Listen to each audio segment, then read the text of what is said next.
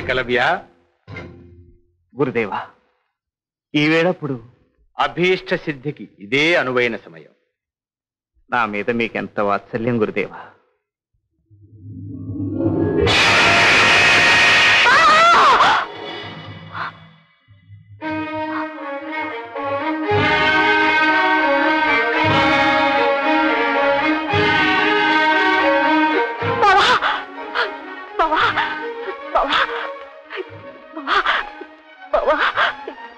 నీకే ప్రమాదం లేదుగా? నువ్వు క్షమంగానే ఉన్నావుగా? గౌరీ, ఏమిటి నువ్వు అనేది? ఎందుకలా వణికిపోతున్నావు? నాకు ప్రమాదం ఏంటి గౌరీ? చెప్పమ్మా. శుభమాని వాడు గురుదేవుని దర్శనానికి బయలుదేరుతుంటే ప్రమాదం అంటావేమిటి? కారణాన్ని నన్ను అడగద్దు. ఈరోజు బావి ఇల్లు వదిలి వెళ్ళడానికి వీల్లేదు. కాదన్నా నేను వెళ్ళనివ్వను. గౌరీ. అవును బావా, రాత్రంతా ఒకటి అపశకునాలు. తెల్లవారి ముందే నాకొక పీడకలు వచ్చింది.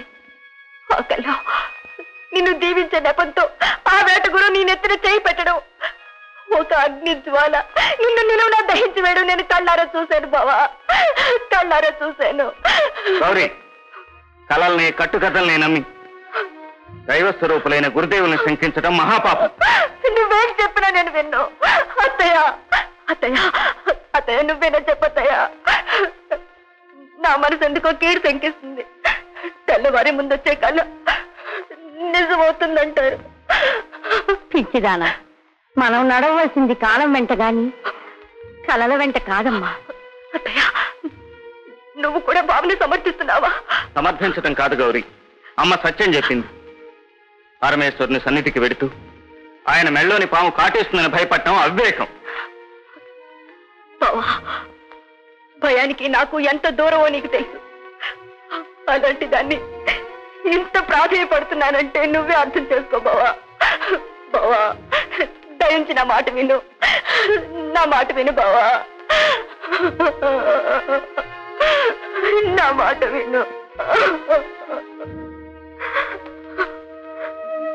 చూడు గౌరీ, తల్లికి బిడ్డెంతో గురువు శిష్యుడు అంతే.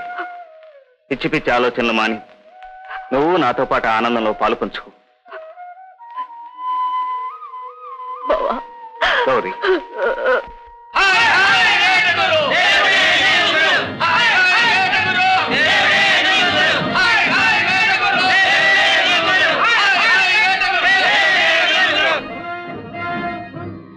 గురుదేవ, ఈ చిరుకానుకలతో పాటు నా సర్వస్వం మీకు గురుదక్షిణగా సమర్పించుకునేందుకు సిద్ధంగా ఉన్నాను. ఏమిటి ఆలోచిస్తున్నారు? నా సేవలో ఏమైనా పొరపాటు జరిగిందా? సెలవివ్వండి గురుదేవా. పొరపాటు నీది కాదు. ముందు వెనుకలు ఆలోచించకుండా అర్జునునికి మాటిచ్చి దిద్దుకోలేని పొరపాటు నేనే చేశాను. మీరు మాట ఇవ్వటము అది పొరపాటు కావటమునా? మీ మాట నేను చెల్లిస్తాను. చెప్పండి గురుదేవా, అర్జునునికి మీరు ఇచ్చిన మాట ఏమిటి?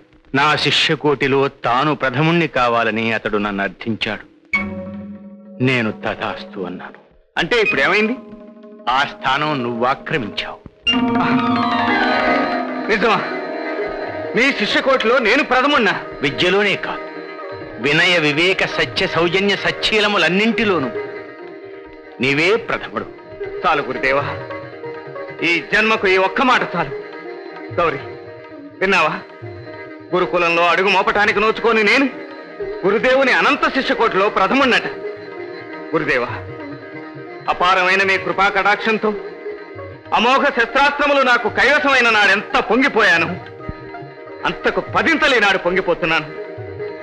ఇప్పుడు చెప్పండి గురుదేవా, అర్జునుకు మీరిచ్చిన మాట నిత్య సత్యమై నిలిచిపోవాలంటే నేనేం చేయాలో చెప్పండి. అసత్య దోషం మీకు అంటకుండా ఉండేందుకు నేను ప్రాణత్యాగానికైనా సిద్ధం. అక్కర్లేదు నాయన. గురుదక్షిణగా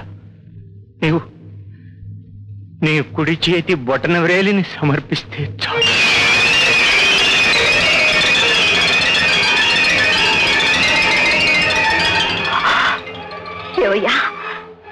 ఇంత పాపిష్టి కోరిక కోరడానికి నీకు నోరెలా వచ్చింది? అసలు నువ్వు మాకేం అరగబెట్టావని? ఎండనక వాననక రాత్రనక పగలనక కడుపుకు కూడు లేకుండా కంటికి కునుకు లేకుండా తన మానాను తను విద్య నేర్చుకుని నిన్ను గురువు అని చెప్పుకున్నాడే, అందుకు ఫలితమా ఇది? కోనలో అడుగు పెట్టగానే కొండంత భక్తితో ఎదురొచ్చి పాద పూజ చేసి పల్లకీలో మోసుకొచ్చి నీకు బ్రహ్మరథం పట్టాడే, దానికి ఫలితమా ఇది? మన్నించండి ఆచార్య, గౌరి మీ మనసు గాయపరిచింది.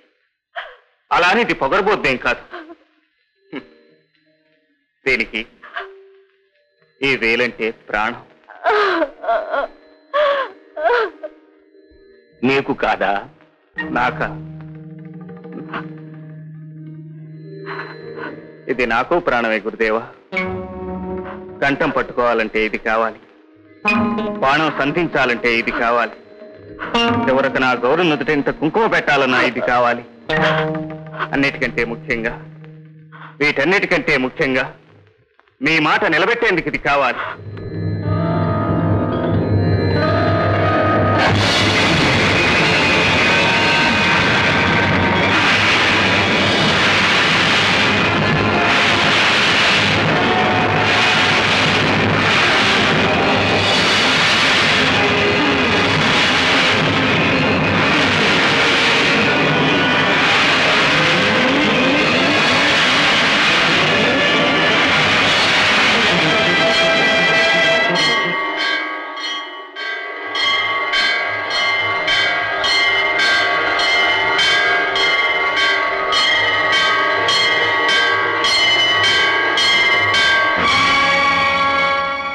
సంభవ, ఎవరా అని ఆలోచిస్తున్నావా? నేను నీ చేత నిర్దాక్షిణ్యంగా హత్య చేయబడిన అస్త్ర విద్యాధిదేవతను. నీ దుష్కృతికి నిష్కృతి లేదు.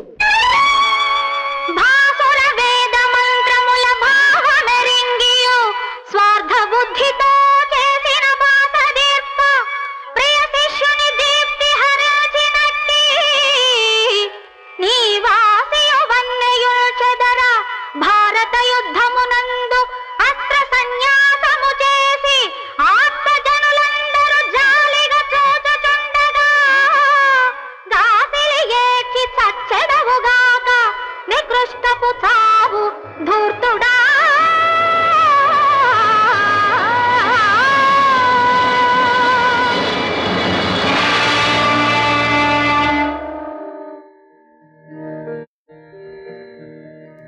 గురుదేవా, నా మూలంగా మీరు శాపగ్రస్తులు కావటం లేదు నాయన. శారదాదేవి శాపం నన్ను శోక విముక్తుణ్ణి చేసింది. నేను చేసిన ఈ మహాపాపం జన్మ జన్మలకు నన్ను వెంటాడకుండా ఉండాలంటే ఆ శిక్షేదో ఈ జన్మలో అనుభవించడమే మంచిది. నీ వంటి త్యాగధనుని పవిత్ర రక్తంతో తడిసి పునీతమైన ఈ గడ్డ మీద ఇంకొక్క క్షణం నేనుండతగ. గురుదేవా, నాయన, భావి భారత చరిత్రలో ఏకలవ్య శబ్దం గురు శిష్యుల పవిత్ర అనుబంధానికి సంకేతమై శాశ్వతంగా నిలిచిపోతుంది. ఇది సత్యం నాయన, సత్యం. గురుదేవా, దీర్ఘాయుష్మాన్ భవ, దీర్ఘాయుష్మాన్ భవ. గురుదేవా, కన్నా కన్నా,